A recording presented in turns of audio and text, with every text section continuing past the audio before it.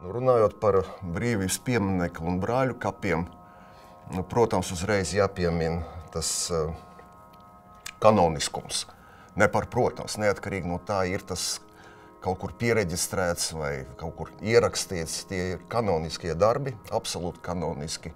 Tas ir mūsu vēsturiskās zīmes, teiksim tā. Un tādā brīnumainā kārtā tur sakrīt unikāla mākslinieciskā vērtība, tie ir izcili mākslas darbi, un vēsturiskā nozīme, tieši kā nacionālā simbola, kā nacionālās identitātes zīmes. Un tas negadās vienmēr, jo var gadīties izcils mākslas darbs, kuram nav nekā kopīga ar nacionālo simbolu. Un varbūt otrādi, varbūt nacionāls simbols, identitātes zīme, kurai nav mākslinieciskās vērtības, kurai ir tas vēstījums ir tikai un vienīgi vēsturisks un ideisks.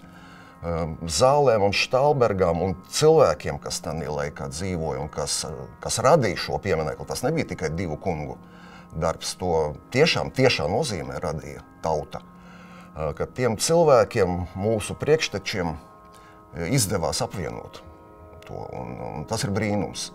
Jo varbūt arī kaut vai Latvijas piemērs mēs varam atcerēties, tas pats Salaspils memoriāls, kas ir izcils piemineklis, izcils mākslas darbs, bet kas nesimbolizē to nācijas būtību. Tas ir vienkārši veltījums vienam traģiskam periodam.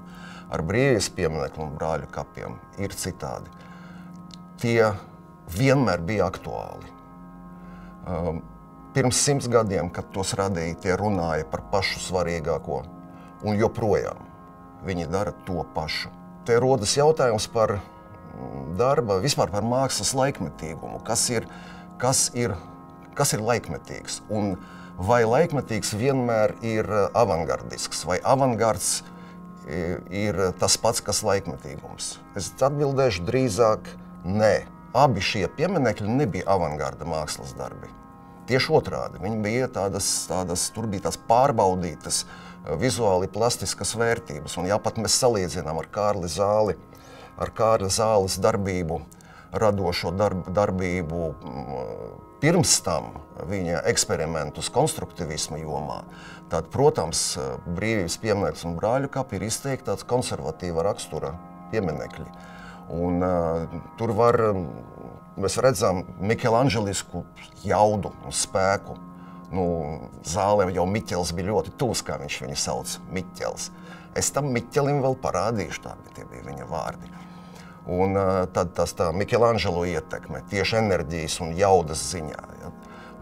Tāda art deco elegance, sevišķi brīvības piemineklim. Ja? Pie tā visa viņš ir ļoti elegants. Un vēl kā lai saka, Vācijas monumentiem, drīzāk Vācijas un Ziemeļa Eiropas monumentiem raksturīga tāds smagnējība. Ja? Tie nav vieglie darbi, tie nav tādi dinamiskie darbi, tie ir ļoti, kā lai saka, ļoti stabili. Un visos laikos, arī Latvijas vistumšākajos laikos, viņi simbolizē šo stabilitāti un cerību. Par mani draudziņu nebēdā, mani cēla varoņcils, man pamatā ir laukakmens un tēvu zemes smilts, kā dziedāja kādreiz Čikāgas piecīši. Ja? Un tur arī ir to pieminekļu būtība.